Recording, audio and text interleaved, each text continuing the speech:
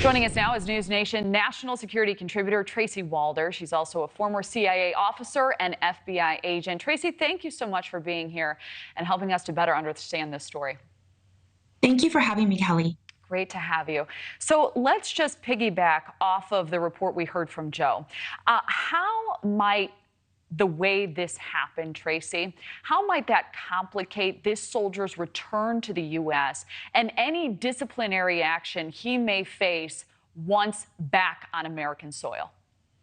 So I think there's two really large issues at hand, quite frankly. The first, it's my understanding that he actually made it through airport security with whomever his escorts were from the prison he was in South Korea. So I have questions in terms of where was the military in regards to escorting him to ensuring that he physically got on the plane. So I think that's one thing that's going to be needed, that's going to need to be looked at from the Pentagon's perspective. I think the second piece is in terms of diplomatic negotiations. As Joe mentioned, we do not have a good relationship, if any, quite frankly, with North Korea. And I think the reality is North Korea is going to want something in return for this individual being repatriated back to the United States.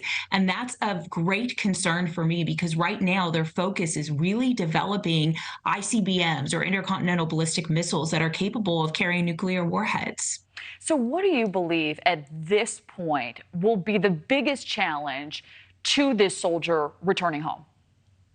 I think what the U.S. is willing to give up, quite frankly, just to put it bluntly, in terms of getting this soldier back, because North Korea, in my opinion, just how we have dealt with them in the past, has never given us someone back or something without getting something in return. And I think that's going to be the issue here. What is the U.S. willing to give up in order to get this person back? Do you believe, Tracy, there may be a scenario where this soldier doesn't want to come home if he did, in fact, do this willfully? And do you think this scenario may lead to protocol changes overall? Yeah, I've never seen anything like this happen, quite frankly. Usually what we're dealing with is North Koreans who are defecting into South Korea. I really haven't seen someone, particularly someone from the military, defect into North Korea. And so, this soldier may not want to come home. I'm assuming once they experience what life might be like for them in North Korea, they may change their tune. But yes, I do think protocol is going to be a huge issue here. As I said before, I think we're going to have to look at how did this individual leave the airport and then join this tour at the JSA and then step over that line? Where was security in that, and where were his escorts?